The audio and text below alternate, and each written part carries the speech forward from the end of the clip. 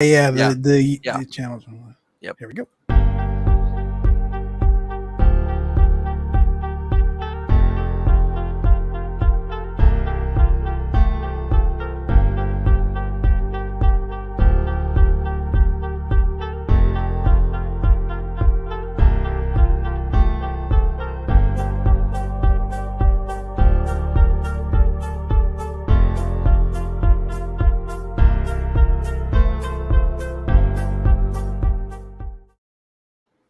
Ladies and gentlemen, boys and girls, welcome to the Closed Traffic Podcast, an aviation and flight simulation show featuring. Was that polite enough, Mike, or should I? Hey, you know what? know, I'm laughing and I'm smiling because I realized before we started, like we usually do, we didn't discuss who was bringing who in. So I was like, I'm glad we didn't step on each other. You took the reins. Yeah, you know me, man. You just gotta dive right in and send it right. But anyhow, again, guys, welcome to the Closed Traffic Podcast.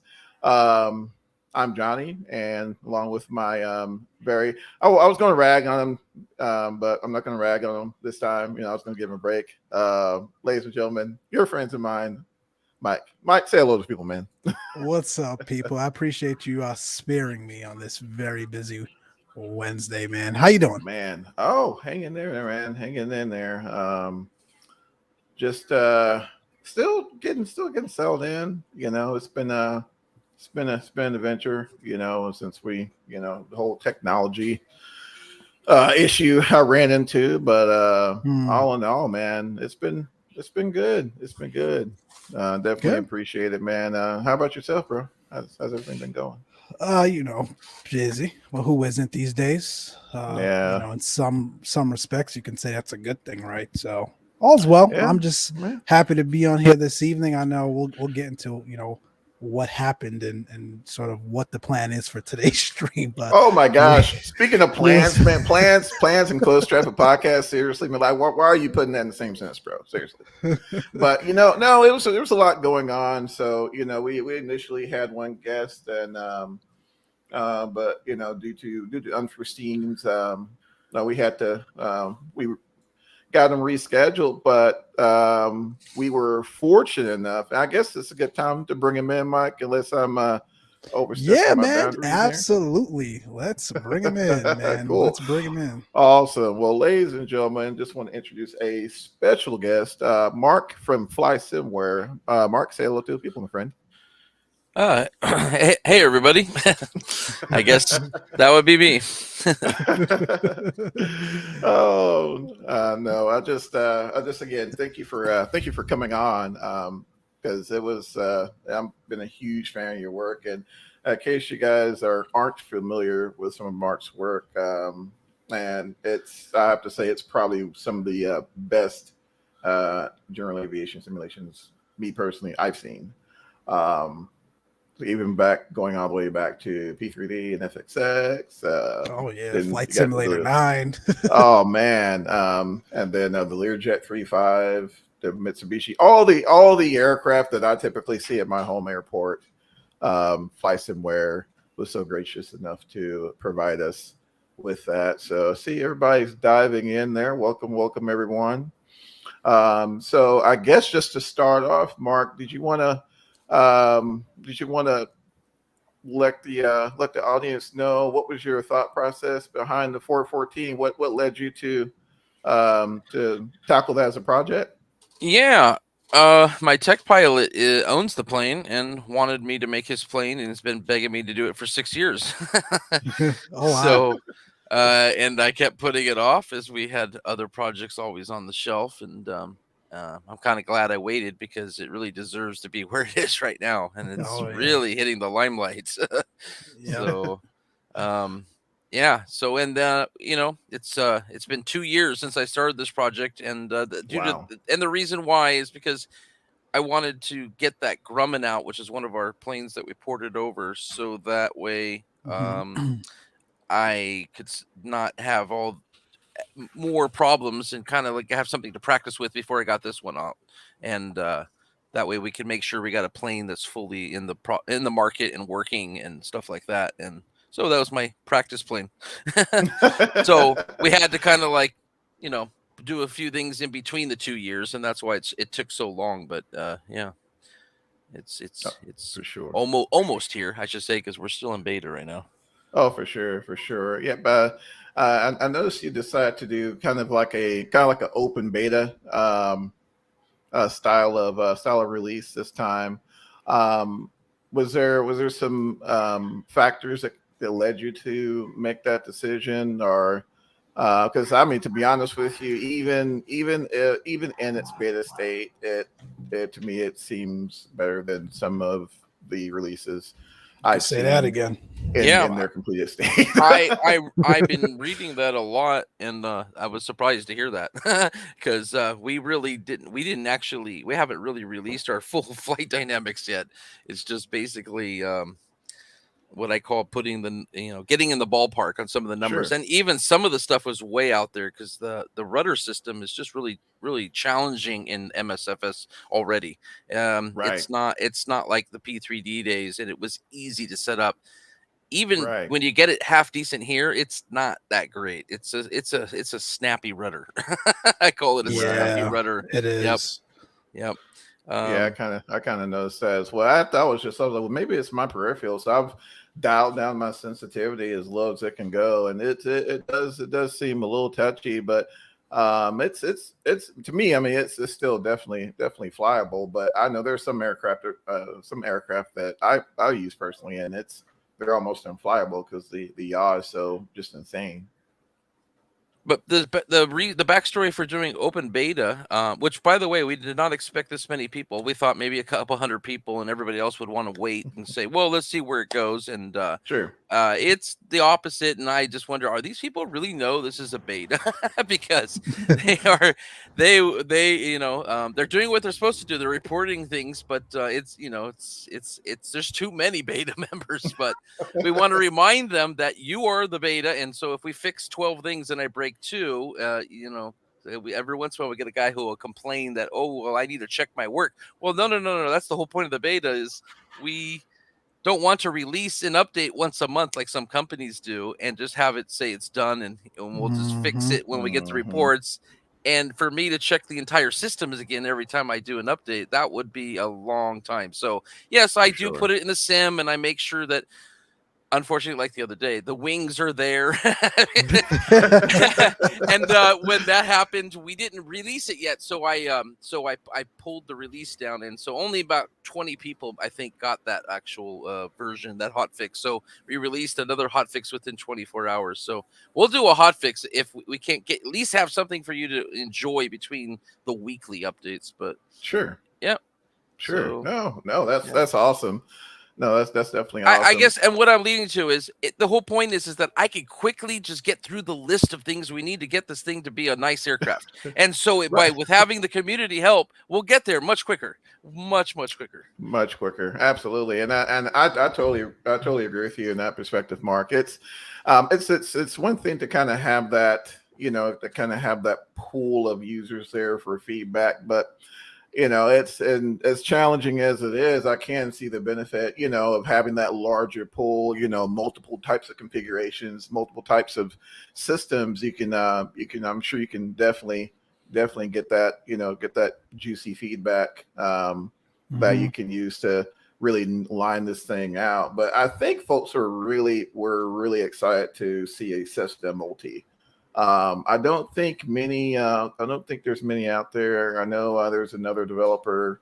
They had I think it was a 310 for P3D, but very few in that Cessna 4 series that I've seen. I think there's another developer who did a Cessna 404 Titan for P3D or something like that. That's really it. So, and it's very, to me, aesthetically pleasing.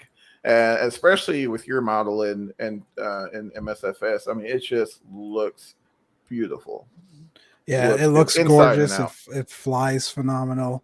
I'm like you, Johnny. Like, a lot of the products Mark, has put out are really, representative of our small airports around here, and some of the airplanes, and most of the airplanes that you see. I mean, including this 4-4. This 4-4 actually have a DPE.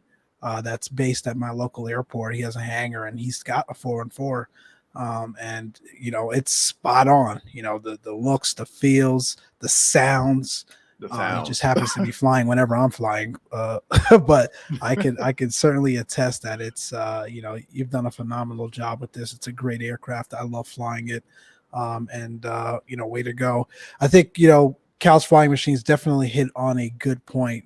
He says, I think the open beta model is brilliant because it allows for engaging feedback and collaboration. I wish more developers would take that approach and sort of have that, that viewpoint as well, because it truly does, especially when you consider a platform like Microsoft Flight Sim 2020, who, we're going on 2 years now. Really still in its infancy when you think about the level of development and whatnot that's still required and still a ways to go. It certainly helps to bring that feedback to the forefront and a little bit more timely than your traditional development and release cycle. So kudos to you, Mark. Appreciate it. Yeah, thanks.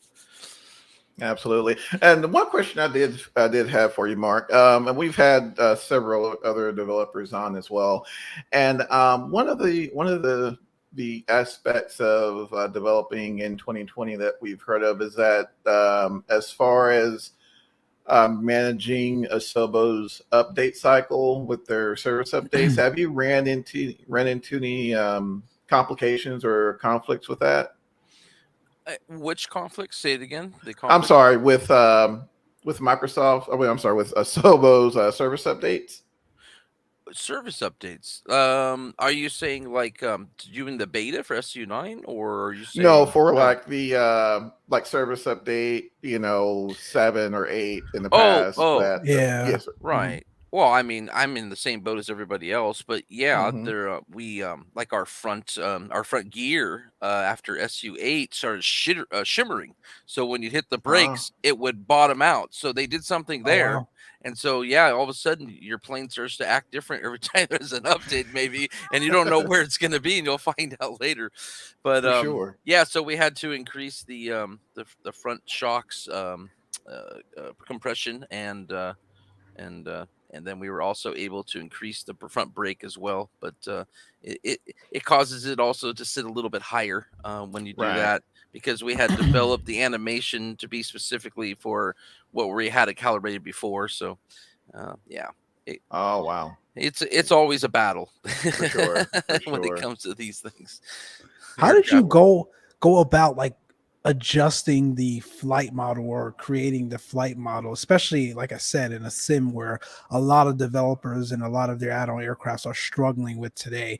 That flight model, and I've heard it from other people in the beta as well, is probably one of the best, if not the best, aircraft that we have in the sim today. It just feels so realistic. It feels so smooth. It doesn't have that herky jerky or that sort of wavy feel to the aircraft like a lot of these FS 2020 default and add-on aircrafts have. Like, obviously without revealing your it's secrets, probably how did you it's probably because it's a freaking heavy little plane. It's a metal box. No, I think I think always the best thing to do is start with a very close aircraft in the sim and start with their config, because it already is giving you a good starting base. You don't want to start from scratch, or it will just never come together. And then I use real world specs for everything after that, and then I see where I'm at, and then from there, that's where we're at now in beta. And then we actually tune it to be more perfected, especially based off feedback and my tech pilot and all that. Which, by the way, my tech pilot has got an amazing new career. I won't go into that, but unfortunately, it's like cry, he's not around as much as I'd like when I'm finishing the plane that he asked me to build. So it's like, what is going on? This is the one time I do want him to help. Oh my goodness. But he will be. It's just, unfortunately, it'll be a little here and a little there, and he is. It's just not as much hours as I would like. Absolutely. No, and to Mike's point, I mean, the thing Mark flies amazingly, and I dabble with. I'll say 2020 has been my go-to for general aviation, just because the looks. But I mean, just flying a lot of GA aircraft, I would say that 414 to me, and definitely definitely feels the best. But just to segue to another aspect I was curious about in the 414, which I think is a huge feature, is the ability to decide what type of avionics you want, whether you want looking for just the 530 or the GTN 750 configuration with just a single 750. I think it's the PMS 750, or I think it's like the NXI edition as well. What sort of inspiration led you to, decide, let's give these guys options? Because I, for the life of me, there's some releases I've seen out there, and you have to have this version, or you have to have one version or another. So, just kind of curious, what kind of inspired you to make that choice? So we were gonna go with our tech pilot's name is Joe. We were gonna go with his original panel and his new panel. So he recently redid the entire avionics and panel, and they put in a glass gauge setup with two GTN 750s, the GFC 600, a transponder like the one you see there, similar, and then for the pilot side, he got rid of everything there, and you basically have a G 500 600 primary flight display, and I can't get one of those. So we like, okay, well, we're just going to have to put that on the shelf, and maybe we can add that years, down the road. Sure. And so we were going to, it's so hard to work with the sim, and the owner of PMDG said the same thing. He said, what takes 10 minutes in P3D takes 9 days in the sim. Wow. Yeah. And he literally said that publicly, and that's coming from him. Exactly, so, for sure. I spent 2 hours last night on one knob to fix one little problem that was already done when it was fine before, and now it's got a problem, and now I had to fix it. To 2 hours.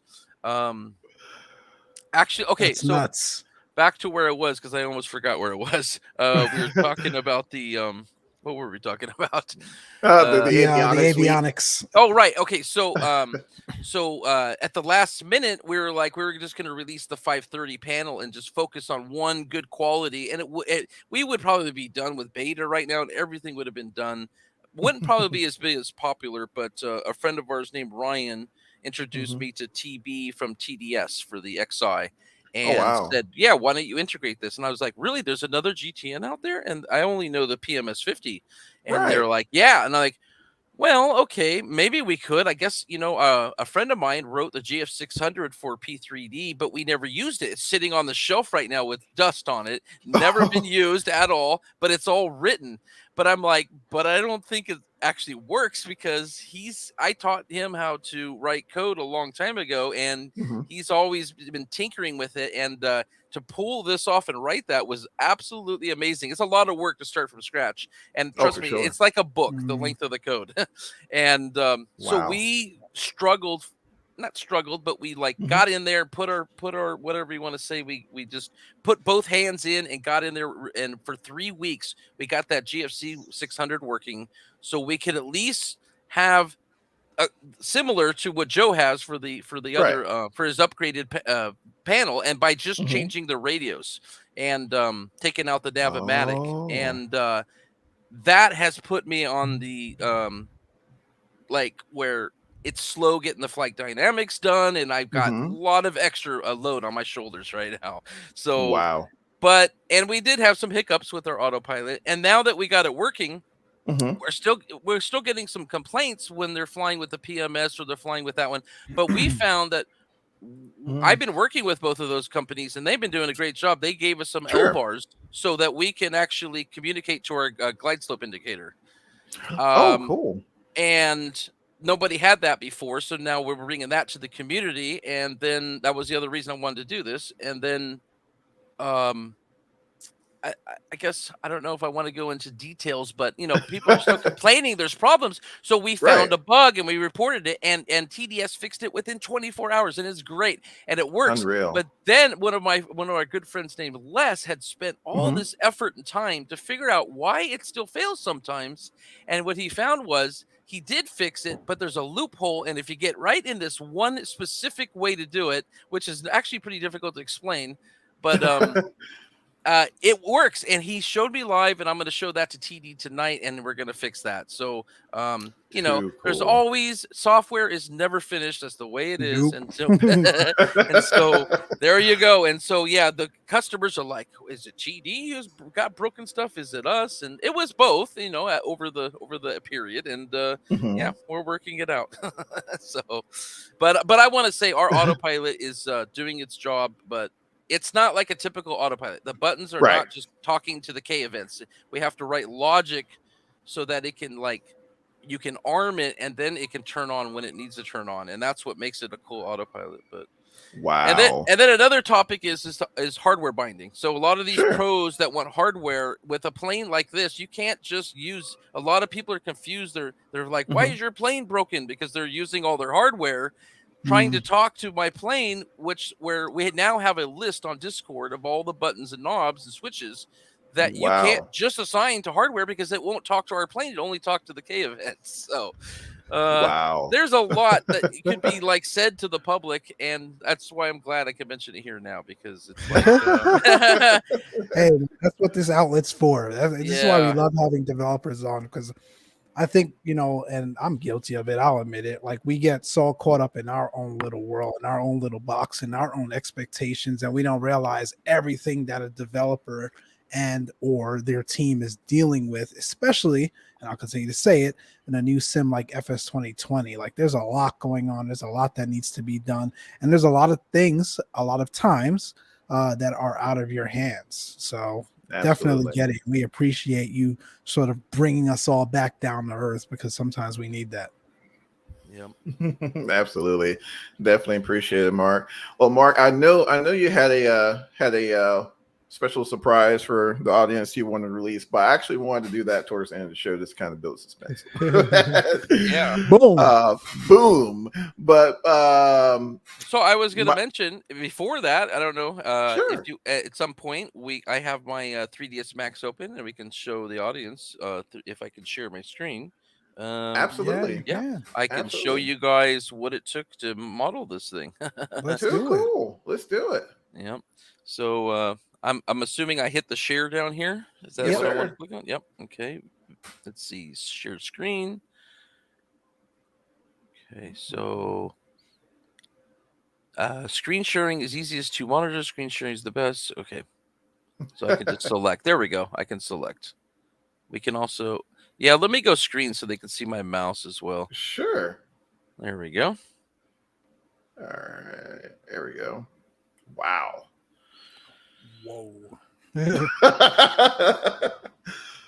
So look at that. Let's turn off some of this stuff that's going to kind of interfere. Let's go like that. There we go. And that's the exterior only, and then that would be the interior model here. Let me get that turned on. There we go. And that's going to be your interior. So it's a pretty heavy scene for one scene in 3ds Max. Now the door actually gets put with the interior, so that way you can actually control it from the outside of the aircraft. So it has to be attached with the interior. Gotcha. Yep. But you really got to make a decision anyways, because you're not going to put half the inside of the door for the inside of the model and half the outside. So you have to go one or the other anyways. Right. But I am in cahoots with the Sobo, and we asked them to make it so that the exterior cameras and our exterior models will be clickable. And I'll be honest, we had everything clickable on this airplane for everybody already done for the walk around. And now you can still do those actions through the default checklist, the interactive checklist with the co-pilot, or you can use our little cameras to get there and stuff. But the camera thing was going to be great, because you could go there with the camera and not even do the checklist, and you could just do it your own without even that, and just click each thing and open the fuel tank, all that with your mouse. But but Asobo has bricked themselves in, and I will mention this. It's not a big deal. We know it's a, like you said, it's a very infant, like an infant. It's only 2 years old, right? And so what happened is that back in P3 FSX days, you could not click through mesh, which made everything just perfect. I wish they would have not changed this rule. And unfortunately, you can click hotspots through mesh now. So what we have to do is we have to click, and that's why I don't like it, because then behind the yoke, you're clicking switches and stuff. And you can put these like, I'll just call it like a wall blocker to make it simple for the audience. And you put these wall blockers, and you make this wall, and it's invisible. And that invisible wall is now become a hotspot. And then of course, but then the mouse would show that you're clicking something. So we hide the mouse little symbol, and then really you're clicking a hotspot that does nothing. It's like a dummy. And and so now you can put that in a place. And so I would make like a whole box that would wrap around the whole virtual cockpit. That way you wouldn't click anything outside the airplane, and you could have then you could go outside the airplane. And I like the door, I had that part as the interior model, and you could click all these hotspots out there, which from the cameras that we set up. And that was excellent magic. And then all of a sudden we were like, okay, yeah, toward the end of the project, we're going to put in a tablet. And they have another bug.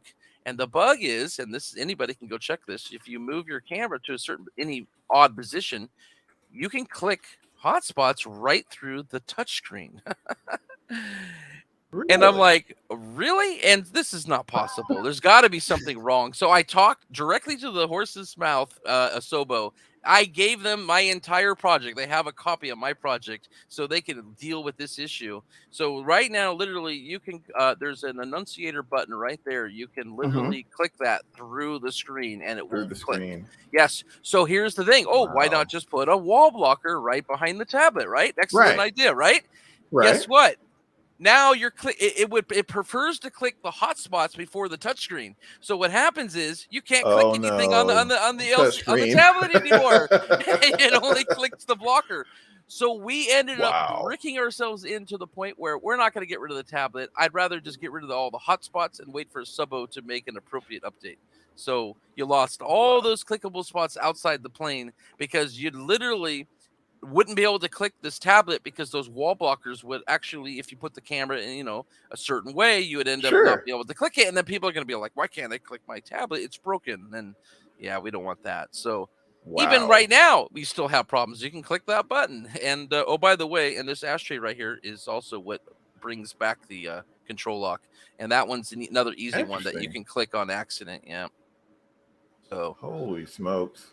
And that is a coffee machine. A lot of people don't know that. This is a coffee machine. Oh, I didn't even realize that. Didn't even realize. Wow. And that's a toilet, and there is a curtain there for privacy. So that seat there is the toilet for this airplane. Which wow. Yep. That is so cool. At 25,000 feet, it's not easy just to head down to a porta potty. No, to a porta potty. Holy smokes, Mark! And this right here is, to me, I mean, you can't stress enough how to Mike's point, we're so in our world, right? As a consumer, we don't even begin to fathom the level of detail necessary to really bring one of these machines into the sim. I'm just now picking my mouth off picking my jaw off the ground. This is nuts. Like, look at that. Yeah, I got to show you guys something here in a second. If I can find the right. Oh, there we go. Gear center. Yeah, so there's. I mean, we wanted this airplane to be so realistic. Of course, Joe wanted it, and of course I wanted it too. But he always wants more than me. So everything inside this nose compartment is fully working like the real deal. It's got up locks, and actually for the first time you can now create. A lot of devs probably don't even know this. You can actually create a working spring. So look at that spring there. Oh wow, that's nuts. Yep. I mean, this thing's got everything. Now, also a lot of people are wondering. The front gear is not going to steer on the ground till you get moving, because it has a bungee type cable system. So if it's got any resistance, then the bungee stretches. If there's no resistance, then it just then the cables will move. So it's called like a bungee cable is what they call it. And So the rudder's like that too, and people thought we had a broken rudder. I got confused on what my tech pilot was telling me, but technically, you can move the rudder when this is stiff on the ground, but then, uh, um, but it remains at the if you have this, if you have this angled left and you Mm-hmm. stop, then the rudder's to the left. Then when you let go of the rudder pedals, it would go back to the left, even though you can still move it. But we can't do both of those, and that's what I told them 2 years ago. And then I was like, Wow. 3 months ago, I'm like, oh wait, maybe we can do it. But then I forgot about the double jeopardy there, and you can't have both. So we just put it back to a stock rudder. So unfortunately, but the front nose wheel is all custom coated, and literally there is a part in here that works like the real thing in the real world. Holy smokes. There's a guy who actually invented this little part right here, and it prevents it so when the gear's in the up position, it doesn't steer. But you can still move the cables here. You can see these cables. So if I move this right there, so is that still steering? Then it forces this piece to move. But when it's in the up position, then actually this will move and this won't. So it actually, but of course right now it's at the wrong angle because of the way you have to park this thing up here. Park it. Right now it would be straight up and down. That's the wheel's at an angle because of the way that timeline has to be with the keys. But yeah, so then when this now moves and it's in the up position, it actually can't turn it anymore, and it's all just a mechanical little part that was invented by this guy right here. And I don't know the name of that part, but I love that piece right there. It's just amazing. Wow. So we have actually got that fully in there, modeled and working. If you can get a camera in there and watch it work live and while you're flying the plane, it'll do what it's supposed to do. It's absolutely phenomenal. Unreal. Holy smokes. Guys, if you have not went to Flysimware's website to check this thing out, you're living in the rock. Check it out. Definitely pick you up a copy. Every time I'm firing up 2020, I'm flying this thing. So wow, Mark, this is unbelievable, my friend. Yeah, we gave you. Oh, go ahead. Now I was gonna say it's so versatile too, man. Like I've done a bunch of VFR flights in it, low and slow. I've done some IFR, high and fast. Like 2020 is really the sim where this belongs. Like, obviously your work probably would have been a little bit easier at some of the more mature simulators out there. But when you think about like the flexibility of this and how gorgeous, I will give FS 2020, how gorgeous that sim is. And, being able to really, truly enjoy the GA experience, with pilotage and some of that other stuff, I think it's phenomenal. If you guys haven't picked this product up yet, you're certainly missing out. Go check it out. For sure. Yeah, I agree, Brett. Incredible attention to detail for sure. Oh, yeah. It's nuts. Yeah, even this nose locker, you will not get detail like this on the doors, and most planes will look like a Roblox when it comes to these kind of doors and stuff. Yeah. Oh yeah. This is like modeled like the actual engineered and modeled like the real door with the jams. Yeah, I actually want the paint company to darken these a little bit darker, but that is the rubber seal. Holy smokes. It actually seals and has the waterproof sealing in there. Wow. Mark, do you find yourself able to do certain things in 2020 from an exterior perspective that you weren't able to do in P3D or FSX? Yes. Okay. But what are they? Let me think. Yes, there are. We do have some advantages now. We can throw a hell of a lot out of it. That's the number one right there. We can put a lot in there. So this plane has over 100 light effects in it. You would never be able to do that in P3D. No way. Wow. So are you familiar with the brightness controls on all the panel and stuff like that? Yes, that's on the center panel on the 440. Yeah, on all the panel sections. Yeah, you have those little. Yeah, on the center you have all the little individual little brightness controls. Yeah, so so those are all instead of being textured on there, those are obviously really brightness control lights, and those add up to be 100. Well, the whole plane ends up to be over 100. Yeah, so that's effects are the worst when it comes to flight sims. So. That is amazing. I thought that was never going to work, and I just kept crossing my fingers as I kept doing it. And there is no loss from it at all. It's unbelievable. Absolutely unbelievable. Wow. No, Mike, have you had the opportunity to fly this thing at night? At night, yeah. In It's fact, insane. I've only been able to fly it at night. Like I'm, I'm Yeah. getting through the day, and I'm like, all right, let me go try to do some GA action in FS 2020, man, and it's phenomenal. I've done a couple of trips. I've done like Van Nuys to Montgomery Gibbs back to Van Nuys. I've taken it out to Henderson out in Vegas a few times. I've been flying it, man. It's awesome. But Wow. I got to get some daytime trips in there. Yeah, I gotta get some more. I gotta get some more nighttime trips in there, man. Most of mine have been the mornings where I'm able to really use the lights. But I mean, just look at the detail, the bags here. Holy smokes! Now, Mark, is the luggage tied to your weight and balance Payload. calculations? Yes. It's like 20 pounds per bag. So you up to 220 will be max. So some people when in the streams, they're always like, we're asking them, yeah, show it off, but they run the sliders and they have so much fuel in the aircraft, they actually That don't they take can't. all the luggage, right? Because you'd have to hand type it. Also, Right. adding weight to seat number 7, which we'll see that it isn't even there. Once you add it, then it shows up.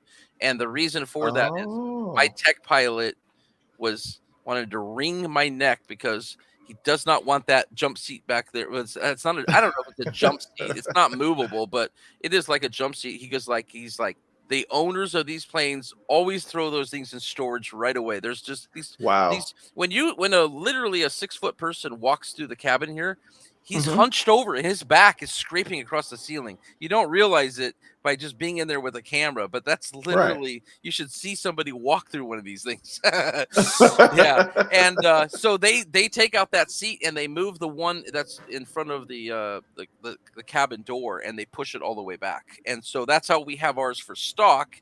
And then if you want to bring in that jump seat and add that extra weight, it's realism. It adds the weight, it brings in the seat that wasn't there, and it pushes the other one forward. And then somebody can play cards with his buddy at the table. So there you go. Smokes. And yep. And then of course, some people like to do those old, like especially with a plane like this, they like to do those old like drug runs across the pond and stuff. So we gave them the suitcases. Literally just watched. Oh my gosh, what's that show on HBO Max? Invisible Pilot. Invisible Pilot. If you guys haven't seen it, that one too. The Tom Cruise movie as well. You guys got to go check that movie and that show out, man. Like I've seen the 414 being ran a couple times. No way. Oh yeah, man. Check it out. Yeah, I'm gonna check it out for sure. Definitely gonna have to check it out. Holy smokes, Mark. Again, we definitely appreciate you showing us, just the mind-blowing level of detail that's on this airplane. Holy smokes, definitely appreciative it's of not that, easy to do. No, at all. So Mark, like timing wise, when do you feel, obviously, like, Johnny and I are both in software development as well, but we're on the management end. We don't actually do any coding. At least I don't do any coding. Johnny does some coding, but like, obviously, software development never ends, but at some point you get out of beta and you're in GA and you're in rollout and you're supporting that. From a timeline perspective for you, when do you think this would be sort of full GA and sort of out of the beta phase? I'm hoping like 2 weeks, but it could be 3. Okay. Yeah. Certainly. I mean, ultimately, I don't think it matters, right? Like, we're all still able to enjoy the aircraft, and you're still pushing out frequent updates, which again is very rare and super cool. So we appreciate it.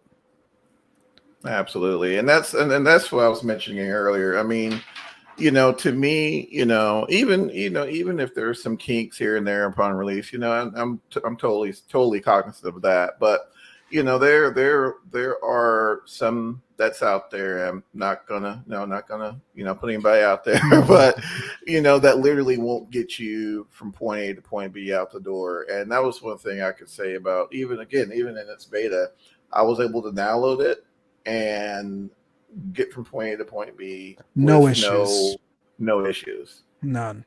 you know, and that to me that says a lot to the attention to detail for sure. So I'm definitely looking forward to the to whenever you do decide that it's in its completed state, you know, I'm Final sure release, yeah. final release, you know, Yeah, I'm sure it'll be even better. I'm already blown away.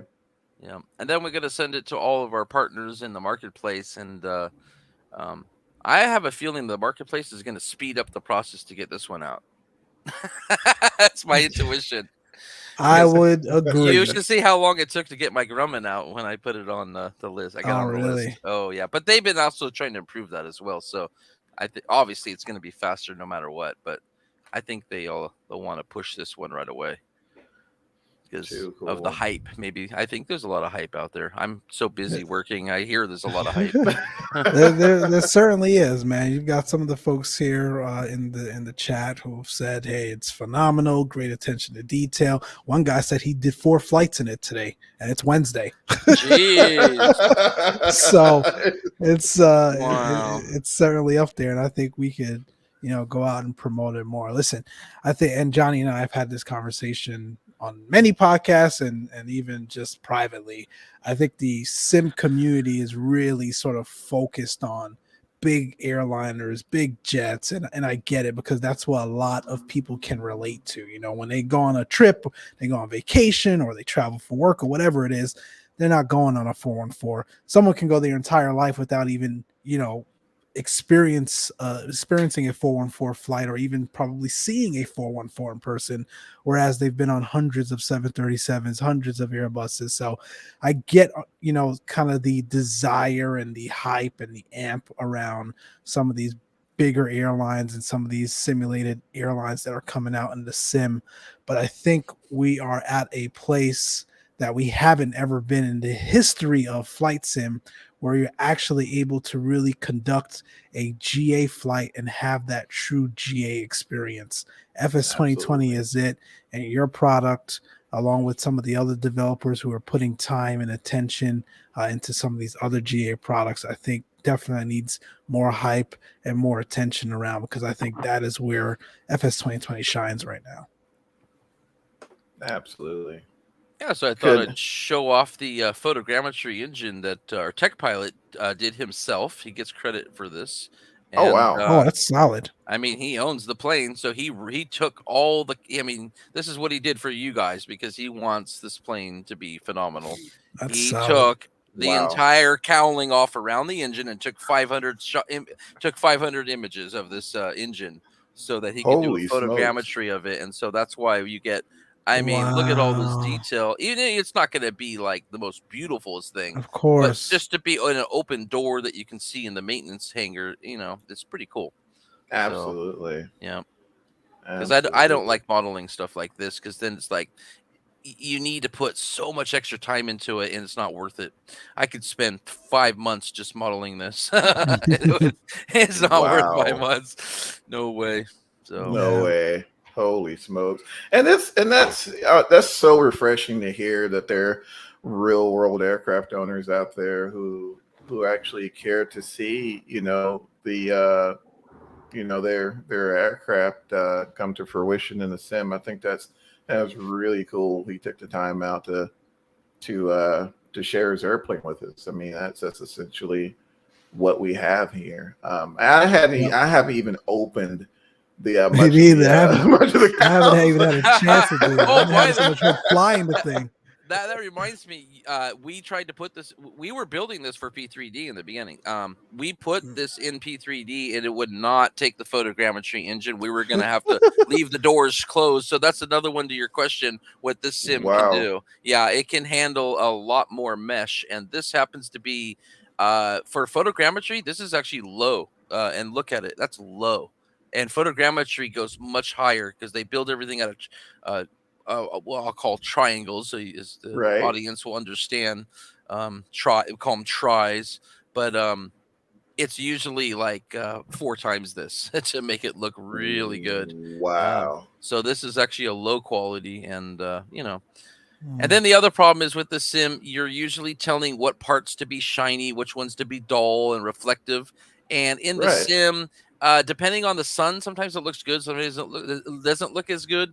Mm-hmm. I'm talking with the paint company because we want to just make it all 100% dull, because you just can't. It's like it's pros and cons with that, and since this is Sure. just one model, and there's no way to really get in there and divide all that up, as you can see. Look at the mesh. Yeah. So yeah.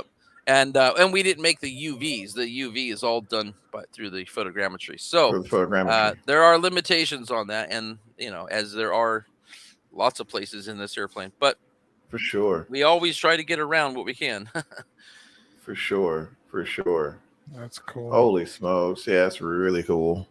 Harry says that engine is a work of art. Certainly is. Hurricane. Love the GA side of Flight Sim. So happy that some developers are showing so much love to GA. Yeah, man. I saw that comment, by the way. Thank you. Awesome.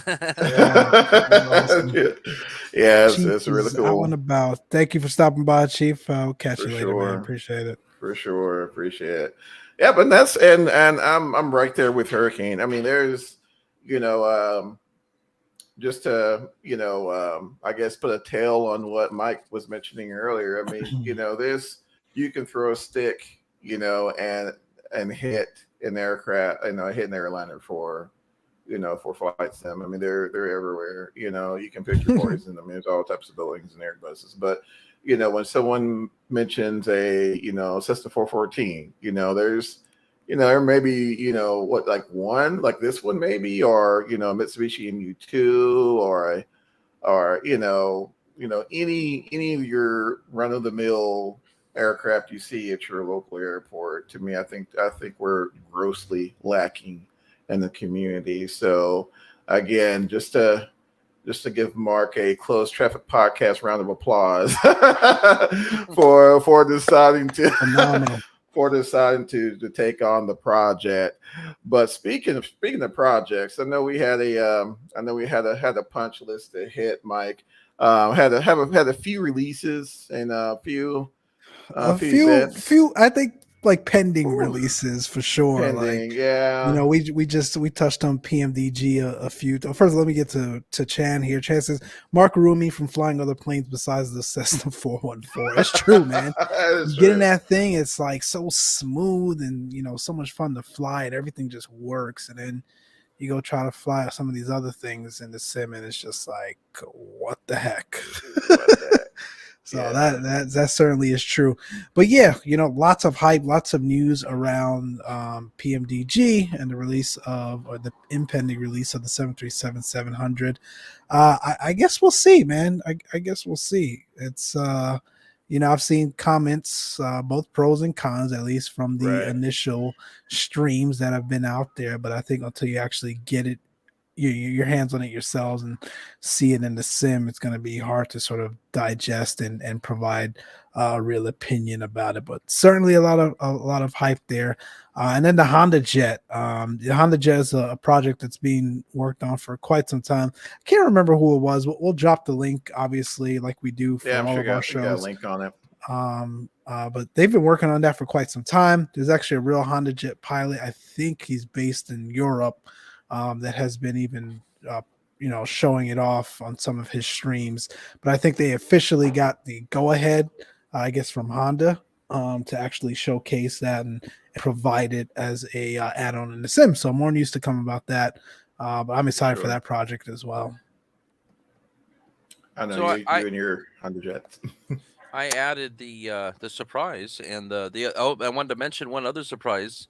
The paint company is increasing the quality of the yoke and the glare shields, which I had asked him to do a while ago, and he agrees. Nice. He agrees now, and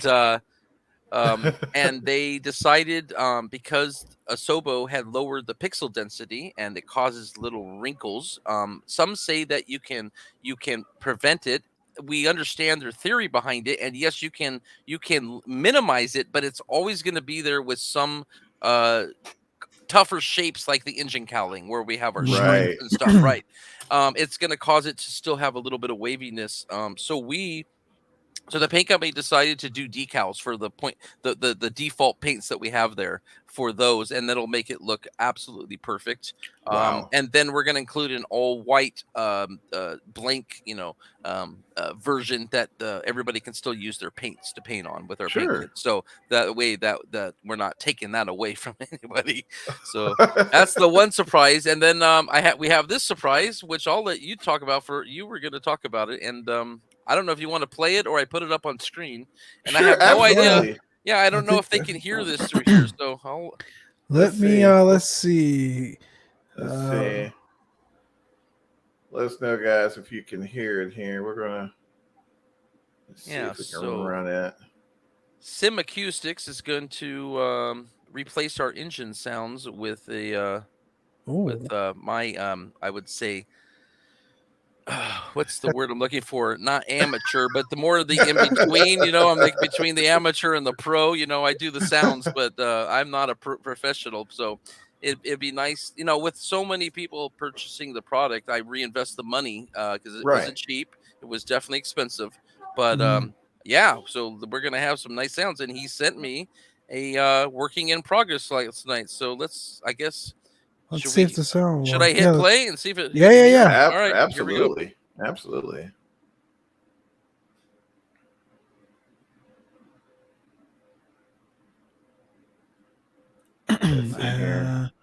I don't have it on our side. Nothing. No. Yeah, I don't think we. Yep, I don't think we can pipe that through.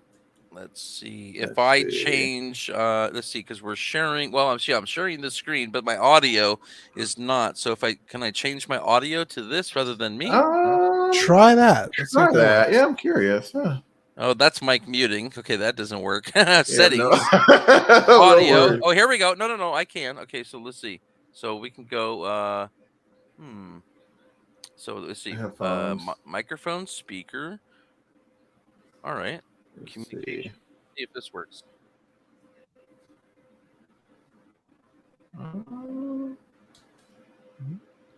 No.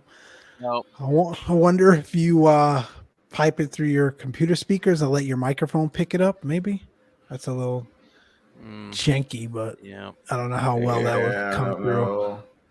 Do you guys have control over there where you can actually play audio? Let's see. I'm looking here. You can play this right on Discord. Let's see. Stereo audio. Let's see. No echo. Let's see. I thought I saw it on Discord, Mark. I might be able to play it through my phone here. Oh, wait a minute. It might play. Oh no, you know what? I'm sharing screen instead of. Hold on. If I can go to window, it should. Okay, let's try this. I think I got it. Sure. Go ahead. It should be like Discord. How about that? Nothing? Let's see. Nothing. No. Let's see. I'm in Discord now. Let's see if I can find it. Let me try it. See if it works here. This year, single screen. Video file. What about video file? If I put that on, it offers video file. Here we go. Let me go to my downloads. Yeah, I have it on downloads. Here we go. Yeah, let's try that and see. Yeah, that's loading up. Now I think you have control of that once I add that. There we go. Really? We'll find out. There it goes. There we go. So you can just add a file from now on. Look at that. Mark's helping us out. I know it. Mark for the win. Mark for the win. Woo! Wow.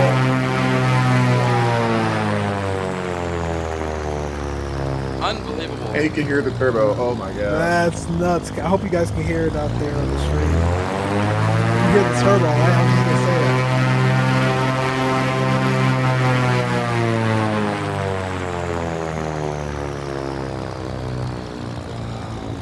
Wow. It's alive.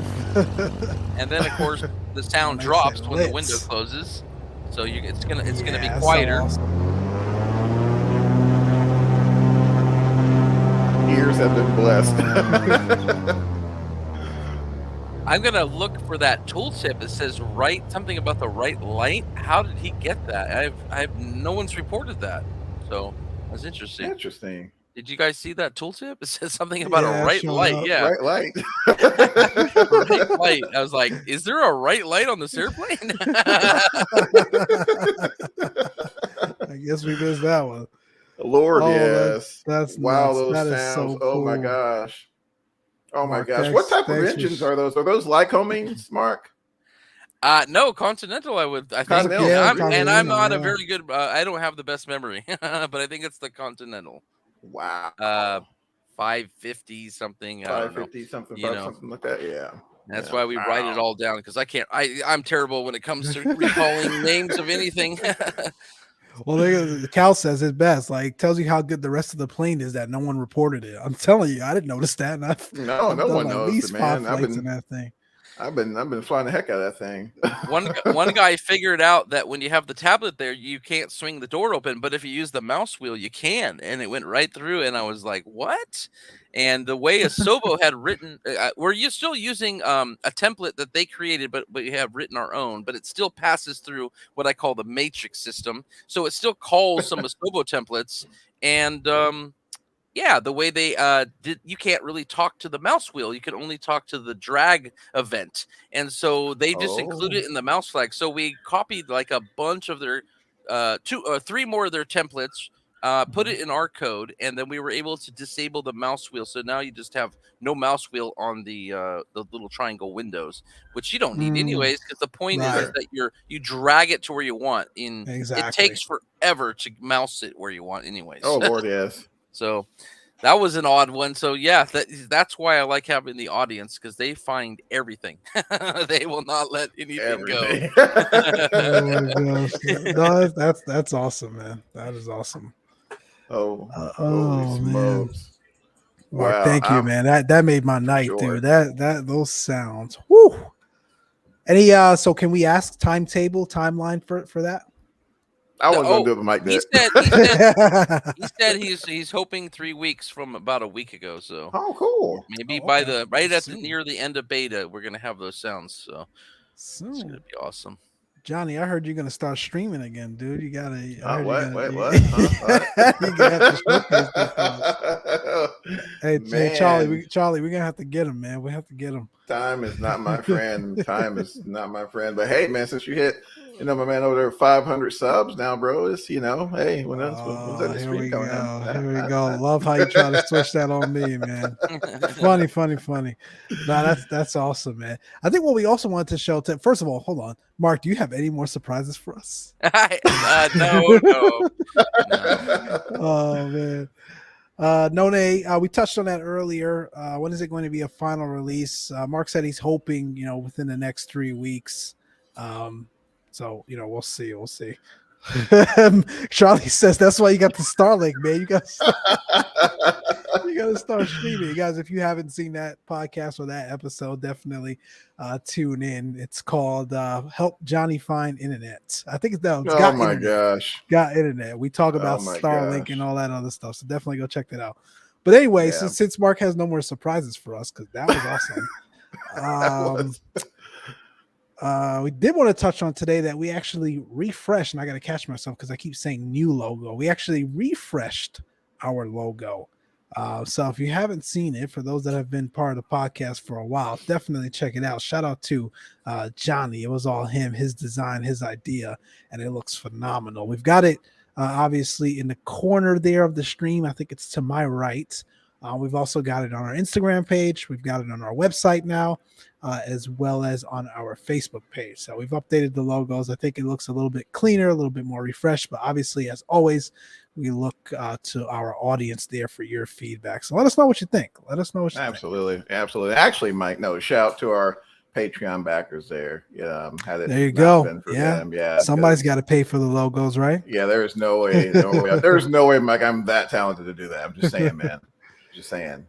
Oh man, Cal, we appreciate you. It says great show. You're a new regular listener. I appreciate you. And we appreciate everyone that has tuned in. That's new. Obviously, you know, we run live shows as well as our podcasts. The podcasts are always available after the live shows, and we don't always do live shows. Sometimes it's just a podcast as well, but needless to say, you'll be able to find all of the shows and all of the podcasts via our website, closetrafficpodcasts.com, as well as via your favorite podcast outlets. So, you know, your typical Apple Podcasts, or, you know, I'm sorry, why am I drawing a blank? Oh my goodness. Spotify. There you go. Yep. Spotify and some of those other ones. So appreciate you. Make sure you give us those thumbs up. Sorry to me step on the mic, but yeah, make sure you give us those thumbs up on all your major podcast outlets there. Kind of helps us with the old algorithms. So absolutely. Mike, Johnny, I really appreciate the invite, and it was a pleasure being on your show. Just want to put that in there before we close the shop. We were we always swing it to our guests to close us out, man. So we were gonna swing it to you anyway. We appreciate it. First of all, we thank you for being so flexible. So for those that just joined, we initially were going to have High Performance Group on the podcast. They actually, you know, had a great conflict. I think when we have them back on the show, they'll be able to share some great news as to what happened there. But we had a conflict, and Mark, man, was just available right there on the spot. So we appreciate your time and your flexibility for making the show today, man. Truly appreciate it. Not a problem. Awesome. Man, thank you guys. As Johnny said, thank you to our Patreon backers as well. Johnny, anything to close us out, man? What you got? Man, no. Well, I did have one more question for Mark, and like if you can't answer, Mark, I totally get it, my friend. All right. In the near future, well, I'll say near future, as in like years from now, or however long it takes, could we possibly see a turbofan powered aircraft coming out of your portfolio? Like a turboprop? You mean a turboprop? Or turbofan, just say what you mean. Say the Lear 3.5, Mark. Oh, that's a turbofan. Is that really what you call a turbofan? I'm thinking more like a jet engine, but you're right. No, it's not really a jet. It's not a jet engine. You're right. It's a turbofan. Okay. No, the Lear 35 is getting painted right now at the moment. I paid a bunch of money to have software written so that it could be ported over from old GMAX. It was modeled in GMAX. So it got ported over into 3ds Max to preserve all the animations, because that would be a nightmare to try to have to redo all that again. So, technically it is, it's in the works. It's coming. The Lear 35 is coming. Awesome. I wouldn't put it at the quality level of this, because it's still a ported over plane. It's already modeled, but it is getting the new, you know, it is going to get the new paints. We are going to ask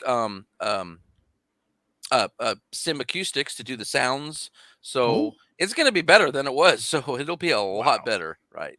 But it won't have that like high-end modeling that you see on this one that I did, because obviously I put the love into this one when it came to the modeling. But GMAX, you can't really do that. You cannot model like that, unfortunately. But yeah. And my closing statement is so fly the vintage skies. keep the blue side up, as we always say. Mark, we appreciate you, man. Folks, appreciate you guys for tuning in. We'll be back with our next show at some point. Don't know what that's going to look like yet, or what the randomness continues. Like, and the randomness continues. But we appreciate each and every one of you, man. And that is it. We're gonna close this out tonight. You all take care. We'll see you. See it.